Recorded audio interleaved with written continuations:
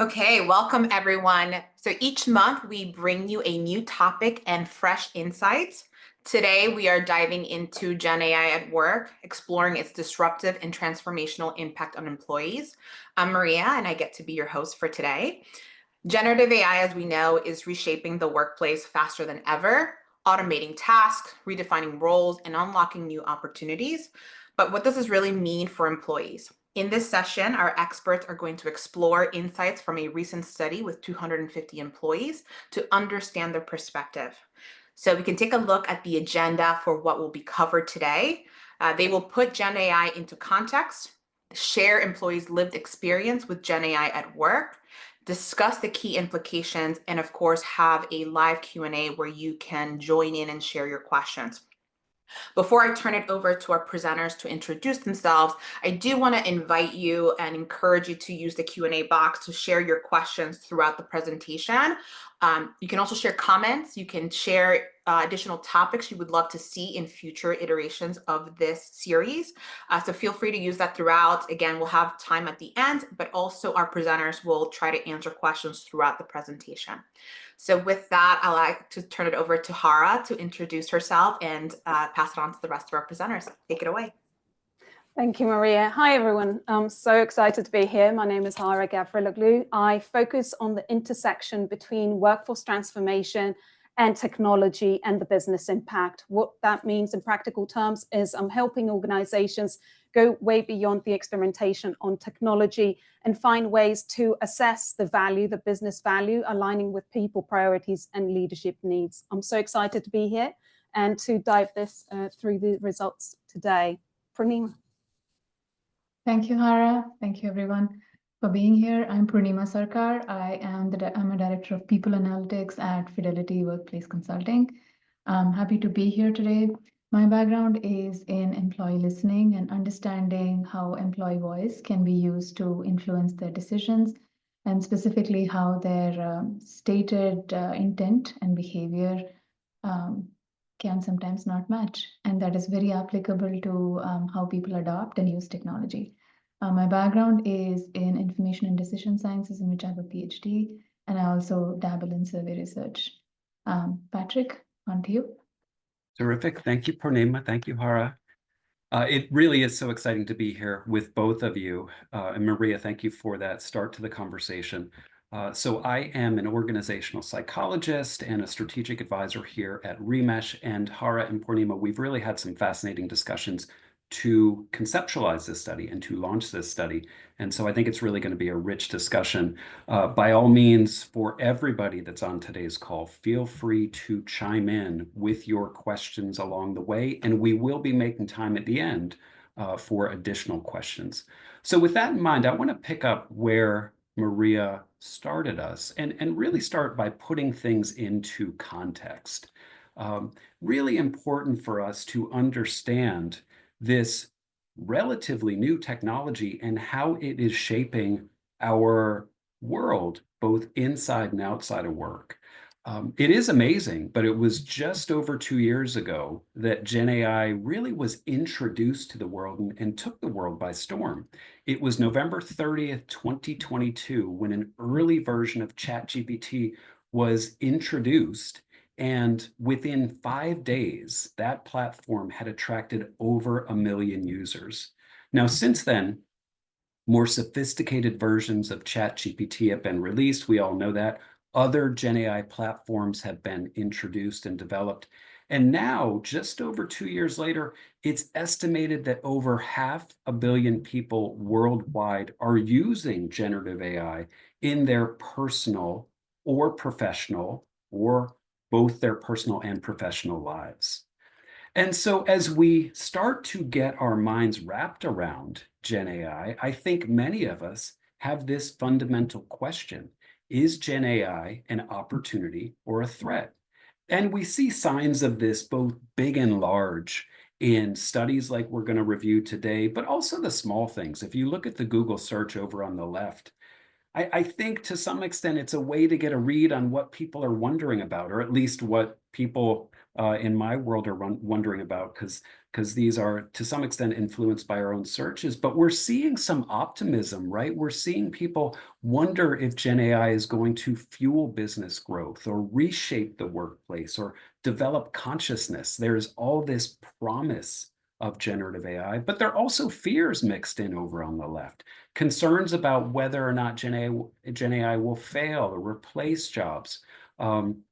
Or some silly comments down at the bottom around generative AI and Will Smith and spaghetti eating video that was produced. So what will the impact of Gen AI be? Will it really be profound, or will it be silly and inane or harmful? When you listen to experts like Bill Gates, you're hearing quite a bit of optimism. He, in the upper left or right-hand part of the screen, talks about the fact that Gen AI really has this potential to change the world in profound ways. It will make our lives easier. It will help us be more productive. We will be more creative. But then if you listen to historians like Yuval Noah Harari, he's talking about the fact that generative AI has the potential to end this period or this epoch of human history. In fact, as generative AI becomes more powerful, it will dominate the world, and the current way that we think about the world and the current way that we operate will be fundamentally changed. So we're seeing concerns in the world at large, and when you look within organizations, you're hearing this same debate. Some experts and pundits really see the potential of generative AI. Skim the latest version of Harvard Business Review, and you will see a number of articles that focus on how generative AI is being used in new and powerful ways. For example, this recent article about CEOs using generative AI for strategic planning. Look at other publications like MIT. They're talking about the transformational power of generative AI. And I think a powerful quote from Yutaki Sasaki, CEO of NTT Data, and this at the beginning of 2025, hosting in the World Economic Forum, he talks about the fact that in this current year, in the next 12 months, organizations are going to be progressing from scattered experimentation to really scaled changes to the way that we are doing back office and mid office work. The counterbalance to that is others are seeing only problems or wondering if generative AI is simply a lot of hype. The Gartner hype cycle over on the left really puts into perspective where some experts think generative AI is right now, and that's at the peak of inflated expectations. Many are saying that we're about to reach a generative AI downfall where we're going to be disillusioned with the power and the impact of the platform.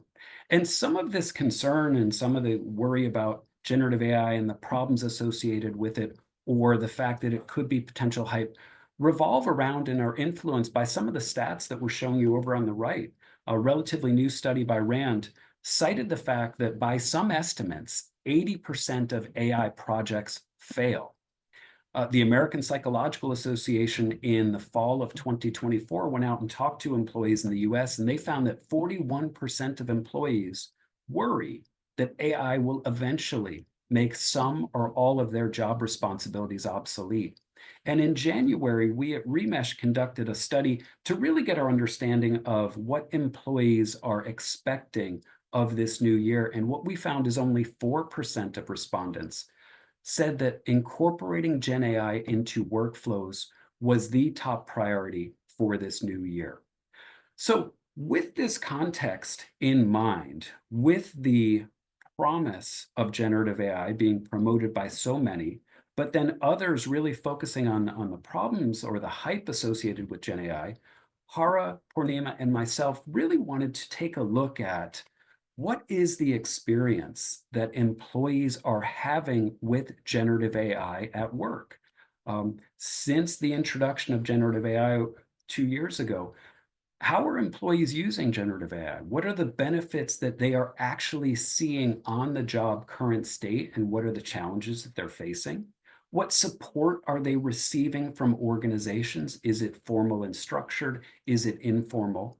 And then finally, how optimistic do employees feel about generative AI at work? These were the big research questions that we wanted to explore and that we'll start to walk through. Before I jump into these results, though, Hara and Purnima, any other context that you'd like to set or provide for the audience as we got ready for this study? Sure, thanks, Patrick. That has been a great kind of going through the past 2 years in a few minutes for exploring the tension between generative AI and the potential between the fears that come with it and also the gains that come with it. What I've seen and what we are exploring is that it's clear that generative AI is here to stay, but it's not another tool. It's already shaping the way that we work, the way that we think and interact. But the real questions, as we put it now into the context of workplace, is how are we supporting employees in this context for a successful transition that has both benefits for the business, but also for the workforce, for our human capital. And I would like to add that taking a talent management perspective, the incoming workforce is used to generative AI. They've just almost grown up with it at this point, because 2 years is a lifetime for someone who is 16 or 18. So all the more reason for organizations to think ahead on how do they integrate AI and how do they meet their new workforce's expectations. So it's here to stay. It's an expectation. And so really now the opportunity for organizations, and you could, I guess, argue the risk, is how do we start to incorporate this new powerful technology into the world of work? And so with that in mind, let me walk you through this field study that we just conducted actually last week. Some of the print you see may be really small. I'm going to move fast, but we will be sending out this deck and a recording of it after. So if you do have any detailed questions, know that we will send it out. And if you really have a question that is critical, please, by all means, do type it into the chat. We will respond to those as we work our way through. So let's take a look then at a field study we just conducted last week, where we really tried to understand these 4 research questions and the actual experience that employees are having with generative AI at work. So if you've participated in any of our webinars, this slide may look familiar. Essentially, what we have been doing is going out to the workforce and really understanding their perception of critical employee topics like generative AI at work. So last week, we used Remesh Recruit and Flex to survey 257 employees from a cross-section of organizations. As we've done in previous months, we conducted a brief mixed method research study that included open and closed-ended questions.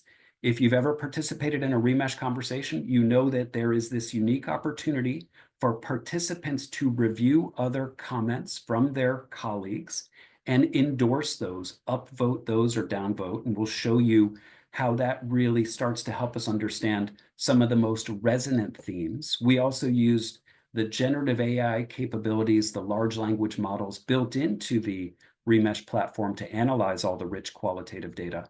And I think this is really going to start to give us an understanding of what we're seeing across organizations. Now, over on the right, just to highlight some of the sample characteristics, we did want to make sure that all participants had experience using generative AI. So we did include a screener question at the start of the conversation. And essentially what we did was we asked, have you ever used generative AI? And what we found is out of those 257 employees that showed up to the conversation, 11 or 4% never had used generative AI. So we removed them from this research. So we're going to be talking about 246 respondents. They skewed a little bit more female than male. They tended to be younger, Generation Z and millennials. 38% were in non-management role. The remaining 62% were at various levels of leadership, all the way up to the C-suite. Also, we asked about industry and where you work within the organization.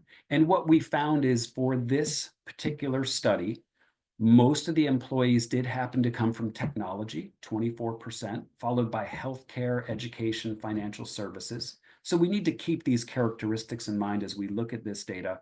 And they tended to be in IT, administration, operations, some R&D, accounting, and HR. So this gives us background on the sample itself. And so the first question we wanted to get a sense of was around utilization and the benefits and the concerns that employees were having. So we asked, do you use generative AI tools at work?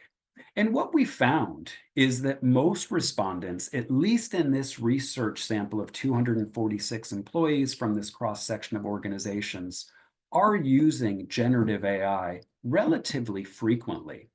42% said yes on a daily basis, 36% said yes a few times a week. Very few of the respondents in this sample are not using generative AI at work. We wanted to take a closer look at these trends. And so when we looked at the results over on the right by level in the organization, we start to see some nuanced differences. Non-management employees were less likely to be using generative AI on a daily basis. Senior management and C-suite employees were more likely to be using generative AI on a daily basis. And we're going to take a pause in a couple of slides to talk through these results. But to some extent, this goes back to that HBR article where the C-suite is using generative AI to set strategic plans.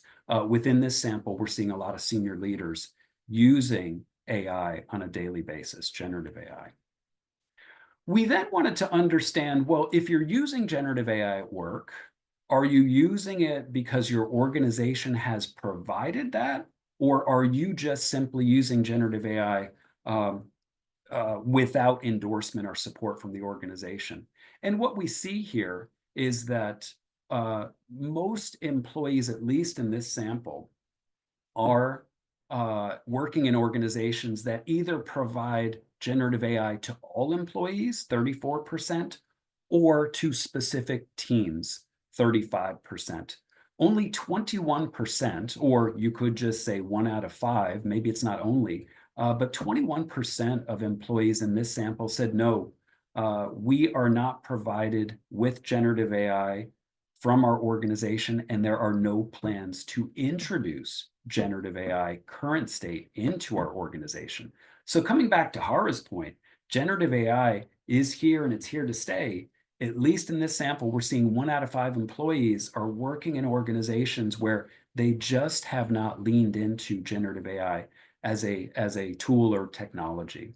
We wanted to see, well, are there differences when we look across industries? And so we, over on the right, are highlighting results by the major industries where we had enough research sample. And you start to see this nuanced pattern of generative AI support by industry.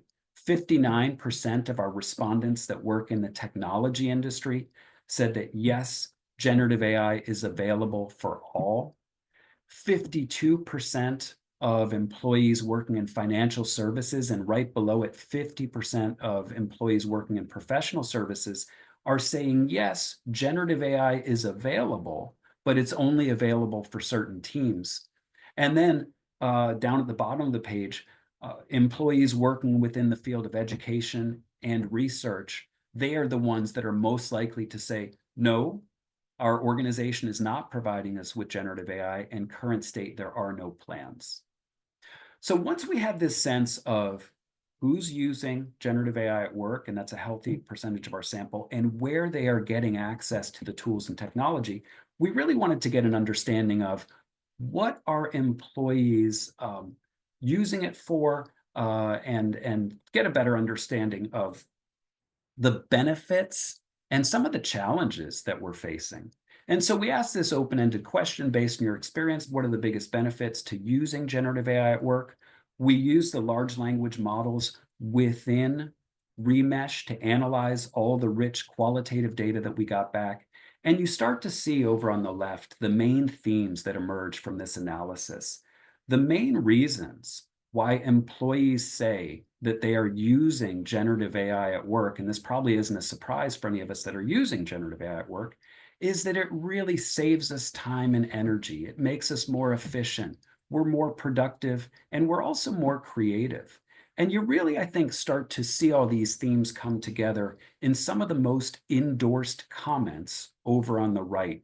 The first comment, I think, really speaks to many of these themes and resonated with many of the participants who were in this field study.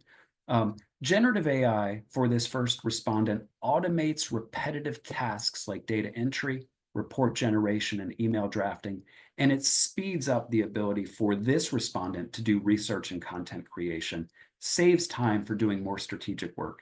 In some of our discussions before launching this study, this was a point that Hara was making based on her own research, is that generative AI can really free us up from some of the tasks that really can burn us out. The last thing I want to talk about before I take a bit of a pause and get some reaction from our panelists is the flip side of this question, which is, what are the concerns or the challenges that you are experiencing as you use generative AI at work? So we did the same process, the same analytical process. We used the large language models within Remesh, and here's what we found. Top concerns had to do with the inaccuracy and the reliability of the information that generative AI is producing, concerns about data privacy and security, and also some concerns about over-reliance leading to a reduced level of critical thinking, some dependency concerns. Over on the right, you can see the word cloud that emerges from all of these comments, and it really does have to do with concerns around data privacy, jobs being displaced, becoming more lazy.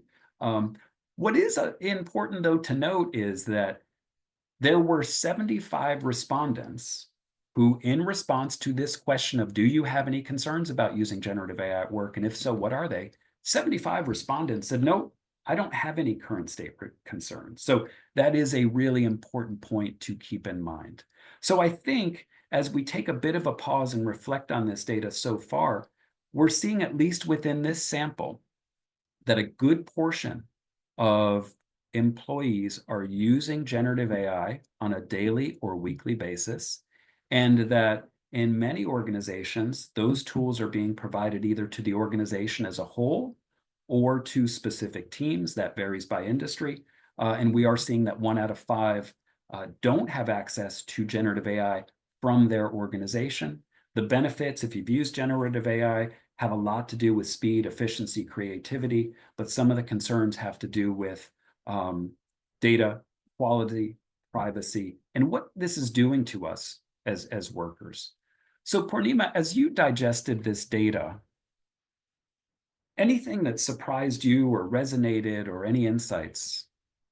I think one of the main things that stood out to me was how the availability and adoption rates are differing by industry. Clearly, there are ethical and privacy type of concerns, compliance and regulatory issues to be resolved. So that again brings home the point that every organization has to, in view of their constraints and their goals, figure out what appropriate AI use looks like, what are the guardrails for AI use, and also understanding what are some concerns that employees are voicing, and where do they see positive areas of productivity or creativity and so forth. I think that is something that comes through clearly in the data. Yeah, and it's such a great segue into the second set of findings that I'd like to share. This whole idea that we really need to understand the risks, and we need to listen to our workforce if we're going to get the most out of generative AI technology, I think makes a lot of sense, and really, I think, comes through in some of the data that we're about to discuss. So thank you for that. So let's keep going. What we wanted to explore, picking up on what Purnima was just talking about, is what really are the adoption and the implementation strategies and approaches that are being utilized across organizations.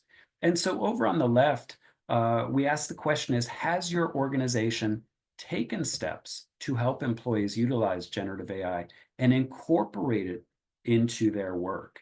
And so what we see is that only 21% of organizations or respondents said that their organization, yes, has a structured generative AI adoption plan. What you see across the rest of the sample are varying levels of support. And in fact, 27% of respondents said that no, employees are expected to figure out how to use this new technology on their own. And so when you start to think about potential risks, as Purnima is starting to surface, this to me and to Hara, I believe, looks like a potential risk. If we're using this new powerful technology that has many benefits but many risks, and we're not providing the support, that can really lead to some issues. Again, as we started to take a look at some of the key data here about implementation strategies, and we looked at that by industry, again, we're seeing some differences. In terms of structured generative AI adoption plans, we're seeing higher rates of that in the technology and the healthcare industries. In terms of informal support for teams and function, we're seeing some elevated levels of informal support amongst professional services employees. And then in terms of places and industries where employees are expected to figure out how to use generative AI on their own, perhaps surprisingly, perhaps not, we're seeing that within government, many employees who are using generative AI are doing this without really a formalized, organized organizational plan. We wanted to understand what employees think makes for effective adoption, a compelling and well-designed strategy for getting employees to be using generative AI and using it in a responsible way. And what we found through a series of open-ended questions were really four main themes over on the left. Employees were pretty consistent in saying that, look, if you want to get generative AI into organizations in a responsible, effective, efficient way, we need to first focus on providing generative AI training. Second, identify practical applications and use cases. Third, clarify the ethics and standards around when and how we use generative AI. And then fourth, ensure that we are continuously learning as an organization as we use generative AI. And so this model that emerges over on the left seems to suggest that if we're going to do this well, we need to balance strategic and practical concerns, and we need to balance educational or learning goals and operational goals. There probably are more tensions and perspectives to balance, but those are four that start to, I think, come to the forefront. And I think we see and hear that in many of the comments over on the right, just to highlight a couple of the most popular comments. The first one, I think, really starts to integrate many of these key themes. This respondent says, look, if you want to really help employees, provide training and create guidelines and policies that help employees. Many of the comments that we heard sit in a couple of these quadrant spaces and places. We wanted to dive deeper on what really makes for effective generative AI implementation. And so what we did was we provided respondents with a set of 13 generative AI adoption strategies that you see listed here. And we asked them to rank order all 13. And you can see the results from those that were most endorsed at the top to the least endorsed at the bottom. And I think that there's a lot of practical insight and wisdom if you look at those top four strategies. Employees, at least in our sample, are saying, if you want generative AI to be onboarded and implemented in our organization, first, provide us with access to the tools. Second, make sure that we're trained and upskilled. And then third, make sure that ethical guidelines have been established. Those were popular strategies and different than those at the bottom, where employees are saying, look, Rewarding generative AI adoption, not necessarily where I would start. Providing on-demand generative AI support, tracking generative AI usage. These strategies were much less or endorsed by many fewer employees. So I think this really starts to provide a roadmap for how, Purnima, to your point, we help employees take advantage of this technology and mitigate the risk. So Hara, as you think about the point that Purnima starts with and this latest set of data and all the research and experience you have, what stands out to you? Thanks, Patrick. This is really compelling data, and we have discussed it in a lot of detail previously. But what I would like to place here and emphasize is that the data is telling us something really critical. Most organizations are investing in some capacity in this type of technology, but they don't have a structured approach on GenAI adoption. So organizations are investing, it's large amounts and sometimes, but they're not investing, part of that investment is not in the adoption.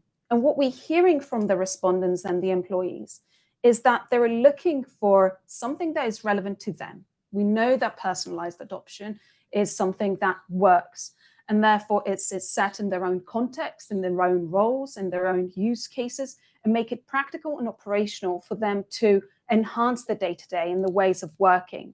That essentially can have a knock-on effect to the business and essentially realize the value. So the gap for me isn't the technology, it is how we support the workforce to use it effectively. Interesting. And so what I heard you say is practical, relevant, operational day-to-day is where there needs to be quite a bit of work within organizations so that they are getting the most out of the technology. Exactly, Patrick. And we've seen also different personas of adoption of such technology. We have the skeptics that are hesitant in different ways. Maybe they are not, their digital literacy is quite low, or they're subject matter experts and they feel that this technology is not doing them any favors. We have the enthusiasts, but we have a large amount that is in the middle, whether their literacy might be low or learning progress is might be low, or the structure that is provided in terms of adoption techniques is not working for them. Purnima, did you have a... Yeah, please. I was going to say, I also think differentiating the use cases for different streams of work is important. One size of, guidelines will not fit everybody's work. Somebody who's working in legal and contracts needs different guidelines and different expectations from someone who's working in coding or building new products. So I think that has to be a very integral part of organization strategy. So there seems to be quite a bit of organizational catch-up, right? This technology is just 2 years old, but it has rapidly spread. It is very compelling for many employees, and there seems to be this need for practical application, clarification, that combined with ethics. Not much need, at least with this population in our field study, for incentivizing the use of generative AI. But Hara, you talked about the fact that different personas exist, and for different personas, especially the skeptics, incentives may in fact be important. What would you say to that? I would say I would add to Purnima's point, use cases, making it practical on the day-to-day, on the work and the role that people have, and the ways of working that different teams might have. There are microcultures within organizations, and we know that. So essentially have an adaptive adoption approach is really necessary to get the most of such technology. Wonderful. Okay, so let me wrap things up. But this idea of adaptive adoption, I think, is very powerful. Just a couple more slides, and then I really want to turn it over to Hara and Purnima to really synthesize this and talk about the implications. And then we would love to take some questions and answers as we work our way to the top of the hour. We wanted to end with a sense from the workforce in our research sample about their outlook about generative AI at work. And so we asked this question about, to what extent are you optimistic that your organization will find effective ways to utilize generative AI this year? And I think what stood out for me is, despite the fact that adoption plans are somewhat limited, and to the discussion that we were just having, organizations have some catch up when it comes to really structuring this and defining this and enabling this for their workforces. What we're seeing is that 70% of respondents are at least somewhat optimistic about the ability of their organization to find effective ways to utilize generative AI this year. We're seeing very few, at least in this research sample, that are pessimistic, just 9% at somewhat or very pessimistic. Now, what we wanted to do is to take a look at this optimism and pessimism. So we collapse the top two responses on this Likert scale and the bottom two responses over on the right. And so we wanted to take a look first by level in the organization, and then also secondly by generation. And so what you see up top is that, maybe not a surprise, that non-management employees were more pessimistic than frontline middle managers and senior leaders about the ability of their organization to really take advantage of generative AI this year. And where you see the most optimism is really at the top of the organization, at least in this sample. Down at the bottom, we took a quick look at data by generation. And look, there's always some controversy about looking at employee attitudinal data by generational cuts. You're going to bump into some researchers that say, shouldn't do this because it's lazy herding. You're going to bump into others that say, look, when we look at data by generation, we do end up finding some practical and meaningful insights. Very small sample for the Gen X respondents. We only had 17 of them in comparison to 102 millennials and 119 Generation Z employees. We're seeing a bit of optimism for Gen Xers like myself when it comes to the utilization of generative AI. But some differences that may be worth discussing and paying a bit of attention to. We wanted then to take a look at, with just a couple of slides left, who's taking the lead in terms of your generative AI strategy and implementation. And so we provided respondents with these different response options. This was a check all that apply question. So these you will notice, if you're really quick at math, some to more than 100. But what we find, at least in this sample, is that in most organizations, it's IT that's taking the lead when it comes to developing the generative AI strategy and implementing it. We're also seeing data in AI teams, operations, HR. We're seeing different parts of the organization take the lead on this. And so what we wanted to explore over on the right is, how does optimism, the data I showed you on the previous page, vary based on who is driving the implementation of generative AI in your organization? And so what you may remember from the previous page is that 43% of employees in our overall field study were very optimistic that their organization was going to get generative AI right. That's kind of the benchmark.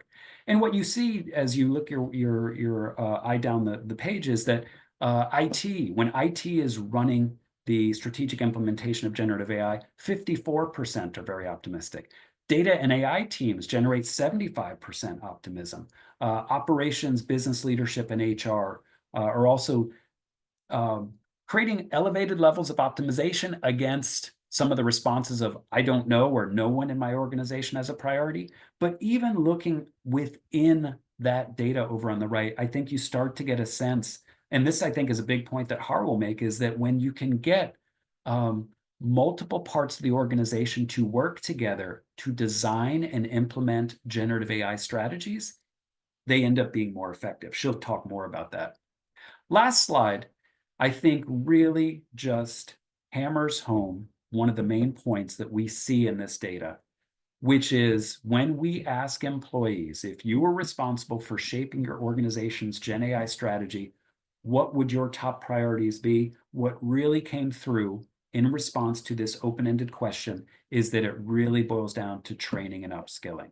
The other things on this page are important, defining the ethics, the use cases, all of that critical. But it really starts, and I think we heard this across a number of data points and slides, with making sure I have access to the technology and that I have the training and the upskilling to get the most out of it. So with that in mind, Hara, I'm going to hand things over to you, and I'll drive the slides to talk through some of the implications. And I know Purnima has some thoughts about that as well. Thanks, Patrick. Well, there is a clear paradox that we're seeing here on the data. There is high optimism, but there is the structured ownership is lacking, or it's confusing, and it depends on the organization. What I wanted to take a step here is, as we move to the implications sections, I want our audience here to start reflecting a little bit on what is the challenges, the challenges that currently exist in your organization. If GenAI is reshaping the work that we get to do, is your organization shaping it with intention, aligning with the business goals? Or is it happening in silos, in particular businesses, functions within the organization? And the reason I'm asking this, I'm going to explore this in a little bit more detail in a few slides. So I would love your thoughts also in the Q&A section, and we're going to run through it in a few minutes. So Patrick, on our next slide, if we can move that, again, taking a step back here, where we stand today, where we at. We talked about generative AI in the 2 years journey, how the technology is shifting such massive leaps currently. And we now are at the stage where we're now talking about agentic AI. What is agentic AI? So generative is generating. Agentic is agents, is basically doing things for you, is starting to do things for you. So technology is going super fast, and organizations are quite slow to adopt this. Nothing unusual, we've seen this before, but the pace that technology is moving is quite fast. And on the screen here, you see 4 key kind of areas that we're seeing organizations, starting with experimentation and piloting. But what we're seeing the struggle with organizations is moving from experimentation and piloting to scaling. And that is the biggest kind of challenge organizations are having in order to have that transformative approach, is the scaling and getting through that hurdle. So the reasons around it can be vast, around the cost implication. The one that is coming again and again is how you're measuring value. What does value mean? Quantifying the impact that it has into the business, and moving from a pilot projects to a scalable AI that transforms the business. It really needs to go through different layers of value gates, if you like. So right now, we're struggling to cross that gap, and how do we use AI in order to use AI and to make it at a scale and create value at a scale? Let's take a step on the next slide to see, okay, how are we looking at this, to connecting the dots around the different components.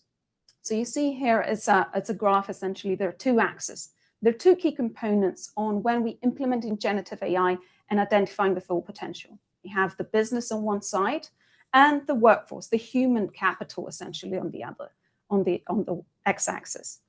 At the bottom of both of these axes, you see the personal kind of productivity, the individual, the bubble that you have as individual kind of gains, whether that's a task or personal productivity. As you move further out into these axes is this transformative impact to the business, to the workforce transformation that it has. And there are different layers. One is the adoption, and that's the very first layer. It's starting to understand how to use technology into task level automation or focusing on efficiency. But without guidance, we saw that before with the results, without a structured approach, it remains just a tool, and it's not a business enabler. It does not replace another tool, and therefore, if it's not being utilized, you don't see the effects into the business. The second layer is measuring the real impact, and that is really beyond just productivity or efficiency or time savings. We know that these tools save you time. That's a given. Now, what does this mean in terms of worldwide improvements, including what are the skills? Not only the skills that you acquire in order to use this technology, but are my skills now really reshaped on what is needed for the business as is growing and is transforming with such technology? What is the productivity looking like? We know that office workers like ourselves, we're not really measured, our performance is not really measured on productivity. Therefore, what does productivity mean for office workers utilizing such technology? And what about operational transformations? Are there processes that are completely redefined? And that is something that it moves us to the third layer, is embedding generative AI into the functional needs, into the specific businesses within your organization. Think of it as the generative AI out of the box is a T-shaped. It goes up to a certain level, but there are so many pillars in the organization in order to penetrate and identify the problems that you need to resolve, measure in terms of impact, and of course, adopt for the people to utilize to make an impact. So the goal isn't just as AI adoption, it's AI that scales and it solves real business problems. And in order to get there, we're going to look at how we need to align between different businesses. So let's look at, okay, that's really great on a theoretical basis. On a practical framework, what does this mean? So our next slide actually is a super simplified framework that has a lot of different components in it. Let me start with the middle. So we have technology as the enabler. Is there? It's part of that. We saw also from the results that it's driven by our CTOs or CDOs in organizations. But there are two key components that I've seen again and again that we're forgetting. First of all is leadership. So leadership is from the C-suites and line of business leaders as a top-down and bottom-up approach that need to be taken in. The top-down is a sponsorship, an executive buy-in that we are endorsing this type of technology. But bottom-up approach is also what are the workflows, the processes that need to be redefined in utilizing such technology into the ways of working. And last but certainly not least is the people component. The people component has areas that need to be reshaped, and think of it, all of these areas, you can think of it as different leaders. So people would usually be a CHRO and their team. And looking, as you're redefining these workflows and processes, what is the workforce optimization that needs to be reshaped? How are we measuring performance? And we saw from the results, not everybody has access to these tools. Is that really creating a discrepancy in terms of equity in the tools that we're providing our employees? And how are we measuring that? Is HR really fully part of that, have a seat in that table to understand the impact that it has into the business, into the performance, into your diversity, equity, and inclusion strategy? How is also reshaping the skills from current skills that you're endorsing and you're gaining new skills as utilizing generative AI into what are the future skills that you need within the organization, and how are these reshaped, and how are you preparing for that future? That future is not 5 years or 10 years from now. It's really tomorrow. And finally, the last part, and we had a really good question around the culture and mindset. So is your employee experience that you have on a physical, the way that your company is shaped, the culture being translated into your digital experience? Is that really coming up in the way that you see parallels between your physical employee experience, your culture that exists, and your digital collaboration within the business? Now, around these three key components are the governance around it that needs to have representations from line of business leaders, the technology, of course, and the people that are representing the people strategy or workforce priorities. How are you also measuring value? Value can have different components. It can have a direct financial impact, that is cost reductions or savings or revenue generation. But it can have an indirect impact. We talked about whether that has an impact on your employee experience, talent attrition or retention. Is that starting to be part of your employee value proposition? And therefore, starting to identify these core key metrics is really essential to have a holistic view on what is the value and impact that such technology has in the organization. And last but not least is the strategy. As you're forming the strategy, you need to have these three key components in place to start thinking and expanding into incorporate generative AI into the business. So for me, the real challenge isn't just deploying AI, it's embedding it where it truly creates value.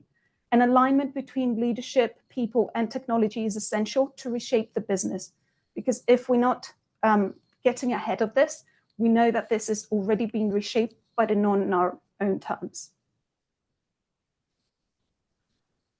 Very, very helpful. I had some thoughts, but Purnima, I would love to hear your take either on anything that Hara was just mentioning in terms of the importance of the organization as they move beyond just deploying this technology to really embedding it, either from anything that Hara said or anything that struck you about the presentation and the conversation as a whole.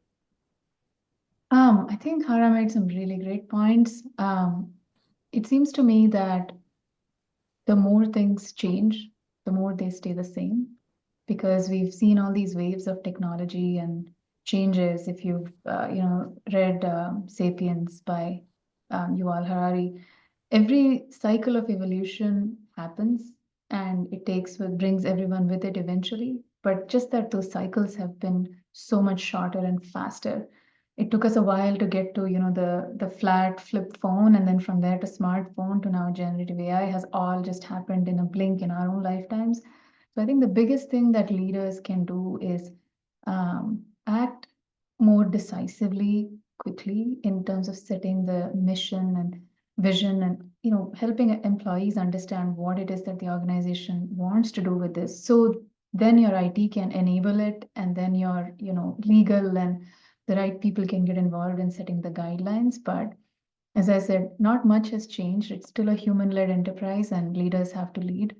So I would hand it over to you, Patrick. What do you think? Wonderful. We have about 7 minutes left, and if we're happy to stay on a little longer, if the audience would like, but we would love to hear some questions from the audience. And as those roll in, I think the light bulb moment for me, as I listened to both of you and your summary and synthesis and implications that you were drawing from the data, is simply this. If you go back to the top of the presentation, we talked about generative AI and its potential to transform organizations or to disrupt them. And I think what I heard you both saying, and I think this goes to your point, Purnima, this is new technology, but there are some fundamental practices of how we run social systems. Really seems like whether or not the technology disrupts or transforms your organization is the extent to which you as an organization can manage, metabolize, structure, innovate, evolve with and through the technology. And so it's really that, I think, that I hear that stands between the technology, transformation, and disruption is the way that we manage it. So fundamental point, but I think a really important one, and a key takeaway for me, because I think I was much more, Hara, to your point of, this is a new technology, it's being deployed, it's going to disrupt and transform, but it's really kind of beyond our control. And that's not, I don't think that's what either of you were saying, or that's not what we're seeing in the data. So with that in mind, as we start to wrap up, any questions that are emerging from the audience? We hope you enjoyed today's presentation, but anything that we're seeing. We have a couple of questions, answered some, so we can go through them. There is an interesting one that is by Elisa. I have read that women tend to be less enthusiastic about AI technology and more worried about the ethical point. Have you seen this trend emerging in your study, especially as half of the population is basically women? Patrick, have you looked at the data, whether there are any gender differences? I think it's a wonderful question. This data came out of the field late last week, so it's amazing how quickly we can gather data with Flex and recruit in Remesh. I will look at that.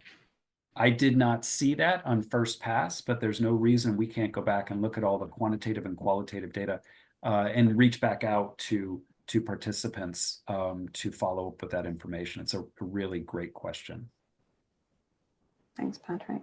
And there is one more question by Stephen. Why do you think IT is so low compared to others? I can only assume he's referring to the optimism about IT, and it's half of the respondents were only optimistic about the results.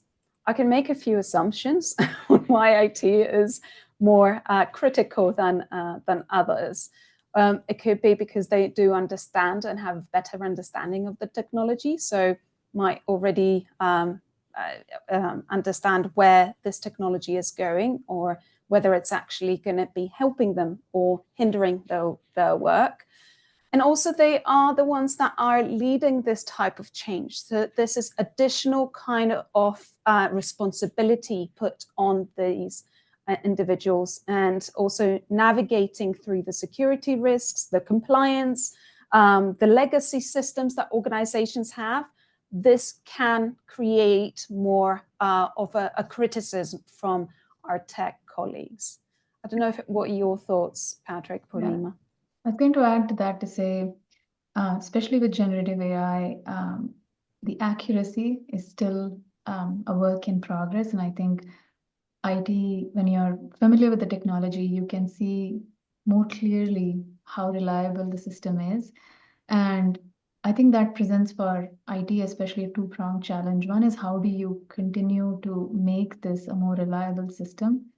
And the second is, how do you educate your potential users, your colleagues, how to continue to make sense of this data? How do you vet what you're getting back from generative AI? So I think they have, like you said, Hara, they are already drinking from the fire hose, implementing this. But then there's also this dissonance saying, well, what about accuracy? Wait, everybody use it, but please use it carefully. It can become a lot to juggle. I think the one other point that I would make as we start to wrap up is, and Hara, you really have emphasized this over the course of the past couple of weeks, to get this right, there really needs to be what has historically been called a socio-technical approach, combining both the human element and the technology element. So I think that's one way to frame any and all of this. And secondly is a multiple stakeholder approach. And so when IT partners with other parts of the organization, whether it's a data and AI team, operations, business leaders, or HR in particular, there is possibly this ability to make sure that the technology and the technical aspects are really being blended with the human aspects. And I think it's that combination that I think can lead to the highest levels of success and optimism. And we're going to be exploring that further as we take a deeper look at this data.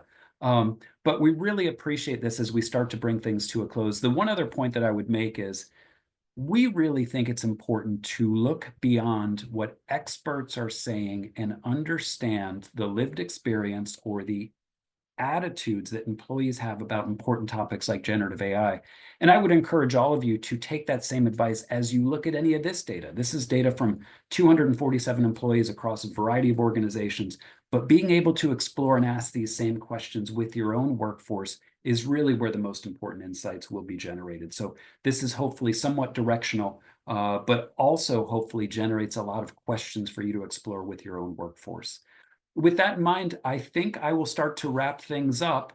We really thank Hara and Purnima, both of you, for all the advice and wisdom that you applied to the design of this study and also the analysis of it in today's discussion. Really big thanks to the audience. Thank you all for joining, and to Maria for hosting this. Maria, I don't know if there are any closing remarks. I'll give you an opportunity going once, going twice. If not, I will say a big thank you to everyone, and we will be sending out this presentation and this recording for all of you so that you can listen to it. If you do have any questions, feel free to reach back out to Hara, Purnima, or myself, or Maria. We're happy to discuss any of this data in more depth if you'd like. Thank you all. Thank you. Thank you so much.